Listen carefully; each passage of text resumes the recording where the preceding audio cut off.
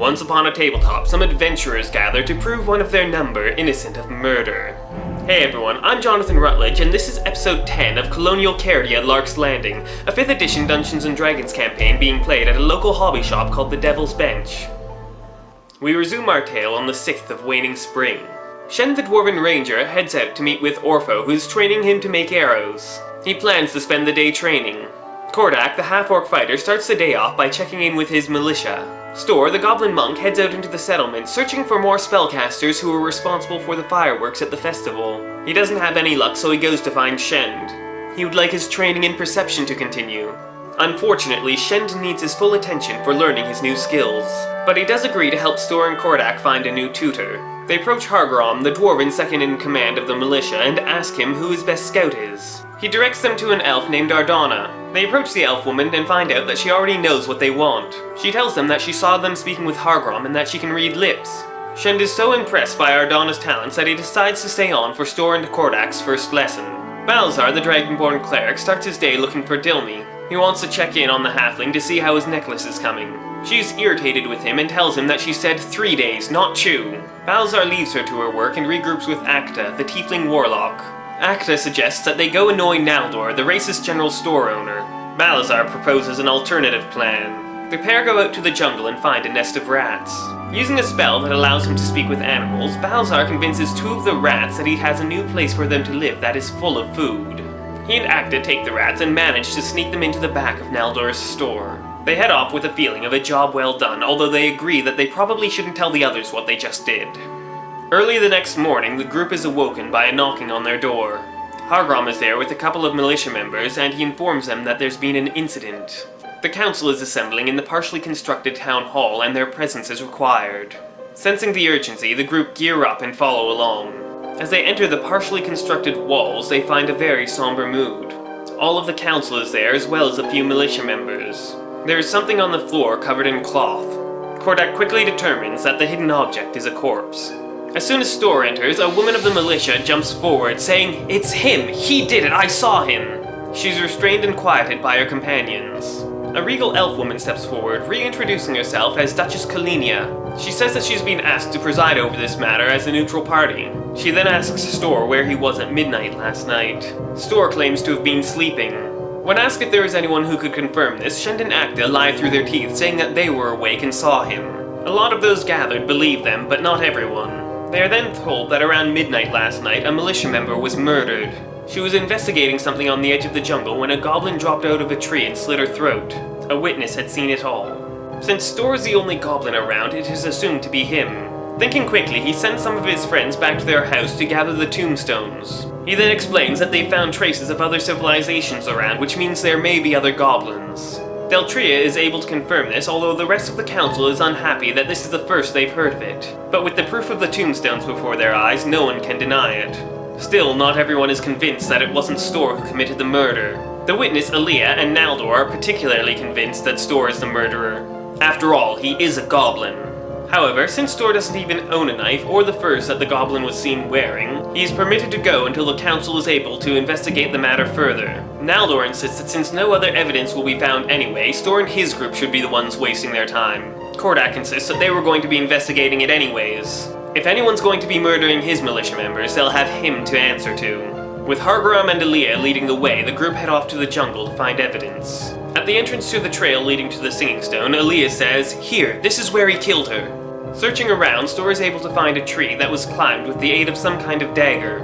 Shend does find what looks to be goblin footprints, but this area is too well traveled. With all the foraging parties who frequent the area, the best he can manage is a general direction: east and inland. The group heads deeper into the jungle. Once they get to the edge of the well-traveled area, they're able to pick up the trail. Not of 1 goblin, but 3. They begin following it to the northeast. In the afternoon, they come to a place where the trees become sickly. They can't determine the cause, but the goblin footprints continue in. Since the tracks continue into the sickly trees, the adventurers continue into the sickly trees. However, it's getting late in the day, so they don't continue on too far. Especially when they notice from the goblin tracks that the goblins had started running. Not knowing the nature of this part of the jungle, they backtrack out and camp outside. The next day, they head back in. After a while, they come upon the body of a goblin wrapped in vines. They bend close to examine the body, and a vine lashes out at Store. Store nimbly dodges aside and starts attacking the vine, mutilating the goblin corpse in the process. He destroys the vine, but there's another one swinging towards the group through the trees. A number of what they took to be bushes also come alive and start attacking them. Plus, something off in the woods is throwing needles at them. They all join in the battle. A vine swinging down from the trees begins to choke Acta. With the help of her friends, she's able to escape, and they destroy all these creatures. Examining them, they're surprised to find that they don't appear to be magical. However, they're in a hurry and don't want to stick around. Store finds a pair of rusty daggers on the goblin, but determines that they weren't likely the ones used for the murder. Kordak chops off the goblin's head and uses its hair to tie it to his belt. They continue following the tracks of the remaining 2 goblins. Shortly after they come out from the sickened trees, the jungle thins. They find themselves once again looking out over the savannah. Here the trail turns east, following the tree line. The adventurers continue to follow for the rest of the day, eventually making camp. They're a bit surprised to have yet to see the signs of a camp made by the goblins. However, continuing along the tree line the next day, they find just that. And with the burned out campfire, there's another goblin corpse. Its throat has been slit and it's been stripped of its possessions. Kordak takes its head as well. They continue on, following the tracks for the rest of the day. They eventually diverge from the tree line, heading straight east instead. The adventurers make camp late in the evening. In the morning, they see a slight change to the land ahead of them. Ahead of them is a sea of a new type of grass that they haven't seen before. It's blue and wheat-like. They're concerned that it's a perfect place for an ambush, but the goblins' tracks lead in. Store takes a bundle of the long grass and they head in. Kordak allows Store to ride on his back so he can actually see above the grass. Acta sends her pseudo-dragon familiar, Fluffy, up into the air to scout for them. A ways into the long grass, they crest a hill and see something on the horizon. From here, it's a square-like smudge. They can't make out what it is, but it doesn't look natural. However, the goblins' tracks lead to the south, as if to skirt around this. Putting their curiosity aside, the adventurers follow. However, not long after, they get a warning from Fluffy. There are 3 things moving towards them through the long grass. The adventurers ready their weapons, and it's lucky that they did. 3 lionesses pounce out of the grass at them. 2 are dead before they even reach the adventurers.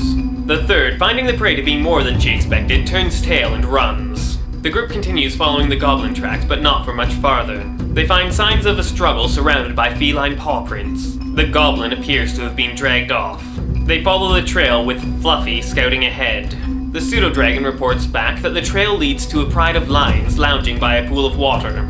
There are at least 15 lions and a half-eaten goblin corpse. Shend advocates for going after the lions. After all, they have the element of surprise and there are only 15 of them. The rest of the group think it's probably too much for them to handle. So instead, they head for whatever it was that the goblins seem to be avoiding. They come to the edge of the blue grass and they see an old building made out of white stone. It's about 40 feet high with what may have once been a statue on top of it. They move up to it to get a closer look, but all they can really determine is that it's stone. Searching for a door, Store heads to the south to circle the building. As he comes around the corner, he sees a massive beast stand up and look at him.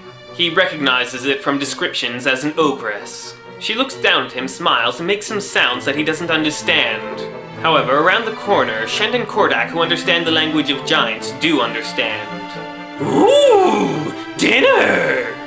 And that's where this week's session came to an end.